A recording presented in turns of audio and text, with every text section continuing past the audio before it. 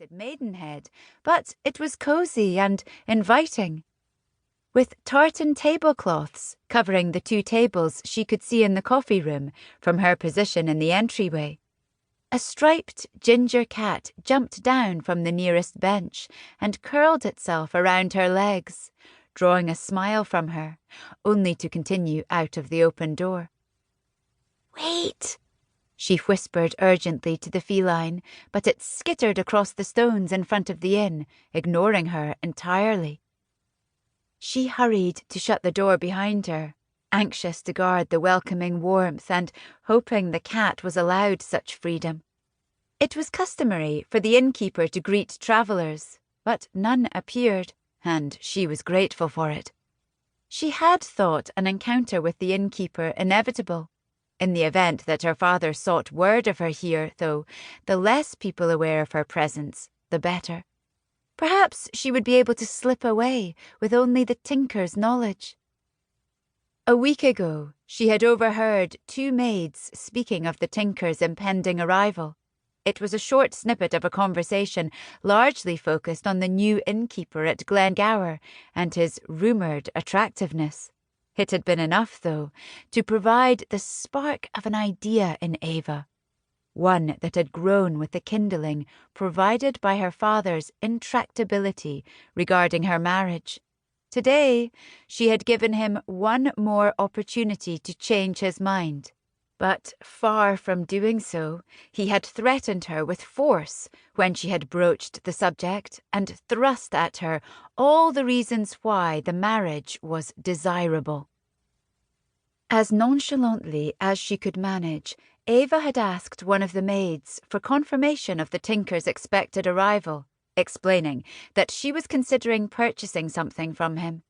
She had dressed as shabbily as she could, taking long-forgotten items of clothing from the bottom of her trunk.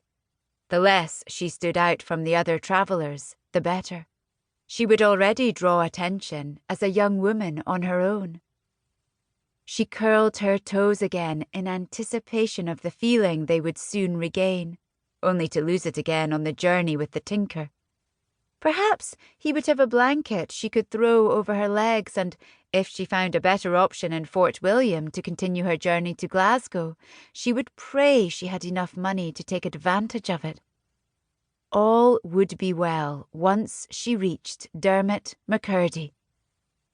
She tried to envision the comfort she had always felt in his presence, a result of their long and steady friendship. Years of playing together as their fathers worked and discussed work.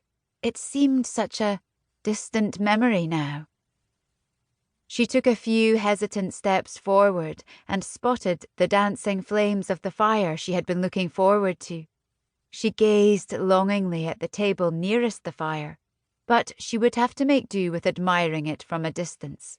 There were too many people in that part of the room. She comforted herself that once she arrived at the McCurdys, there would be fires aplenty. She fought back the nerves that came along with such a thought, and the fear that this plan of hers might end as a colossal failure. But that fear couldn't persist for long. Dermot had assured her, time and again, that he would do anything for her, and his meaning had been clear, even if it had been some time since they had been able to see one another. Ava took refuge on the side of the staircase opposite the coffee room, wiggling her toes as they slowly regained feeling. Her legs were aching for the chance to sit, but she had to content herself with leaning against the wall as the minutes passed.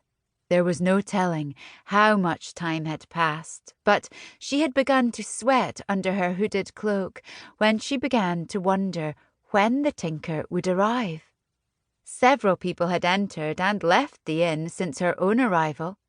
They must have been frequenters of the inn, for they hadn't waited to be greeted, but had gone straight into the coffee room, including the 2 women carrying a wooden cask together. The afternoon light was beginning to dull and would soon fade. Ava had only one option, and she did not relish it.